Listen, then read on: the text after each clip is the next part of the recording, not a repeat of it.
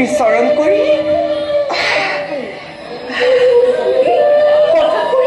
মনোভূমি ৰাজ উদ্যান হোৱা চোৱা হোৱা সৰজুতিৰ কিমান যি সুন্দৰ বলাকি যাওঁ আমি তাত কেলে কৰোঁগৈ কিন্তু সখী নানিলে যে আমি অন্য একো বস্তু স্নান কৰাৰ পাছত অন্য কি বস্তু কৰিব পৰিধান সখী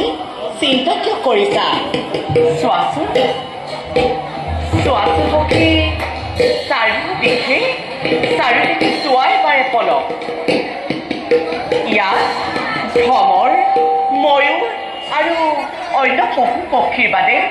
নাই কোনো অন্য পুৰুষ নাই সমস্ত জগত জনশূন্য বাৰু সেই হেতু আমি কেলে কৰিব পাৰিম এই স্থানে নঘটে ইয়াৰ কোনো পুৰুষৰ আগমন তুমি কি কৈছা মই ভালদৰে বুজি পোৱা নাই সখী বুজিবলৈ চেষ্টা কৰা বুজিলো সখী বুজিলা তোমাৰ আৰু মোৰ প্ৰতীকে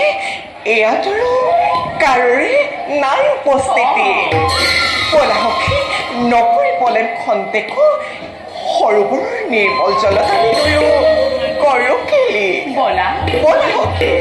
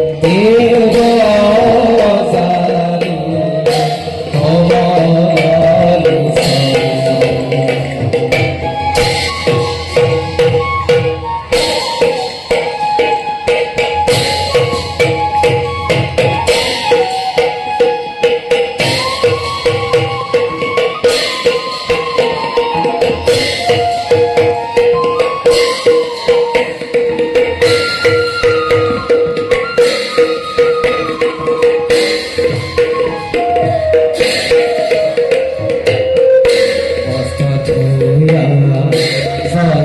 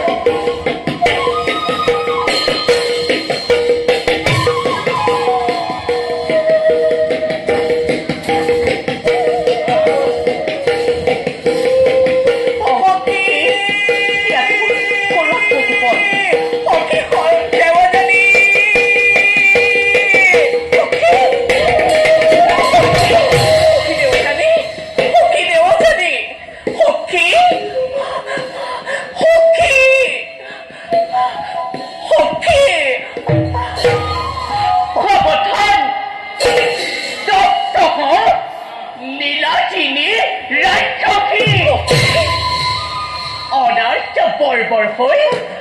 অনাৰ্য বৰ্বৰ হৈ দৰিদ্ৰৰ দুখিতা হৈ এই ব্ৰাহ্মণ কন্যাৰ বস্ত্ৰ পৰিধান কৰিবলৈ আহ তুমি এয়া কি কৈছা সখী সখী লৰালৰি কৰোঁতে সকলোবোৰ উলট পালট হৈ গ'ল তুমি বেয়া নাপাবা ৰবা সখী মই তোমাৰ বস্তু খুলি দিম তুমি পুনৰবাৰ কৰিবা পৰিধান নালাগে মোক তেনে বস্ত্ৰ কোনোবা অনাৰ্য বৰ্বৰ দৈত্যৰ দুখিতাই পিন্ধা বস্ত্ৰ মোক নালাগে মোক লাগিবই নতুন বস্ত্ৰ আনি দে মোকে নতুন বস্ত্ৰ পৰিধান কৰি লওঁ মই সখী তোৰ পুত্ৰী বুলি সখী বুলি অতপাৰে মই কৰি আছো সহ্য আৰু মই নকৰি সহ্য সখী কি কৰিবি নীলাজিনী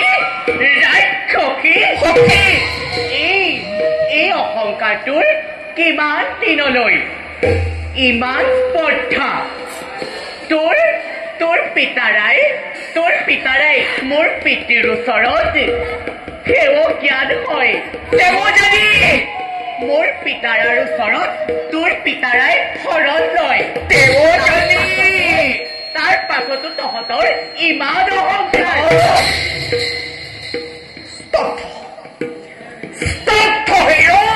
নীলাজিনী ব্ৰাহ্মণী অতপৰে মই কৰি আছো সহ্য আৰু তোক মই নকৰি সহ্য শৰ্মিষ্ঠা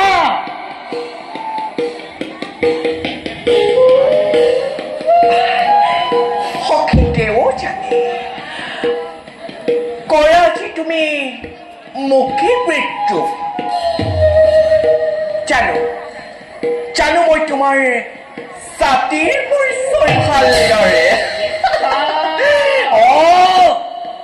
জানো মই তোমাৰ জাতিৰ পৰিচয় ভালদৰে সঁচাকে মিছা নকৈ বিচাৰ বেদৰ বাক্য লোকৰ আগতে খাটি ফুটা কৰোঁতেই তোমালোকৰ জীৱন যায়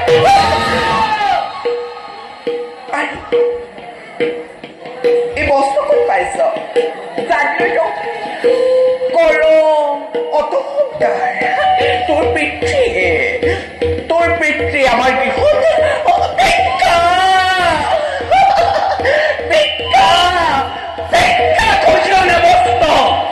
তাকে লৈ কৰ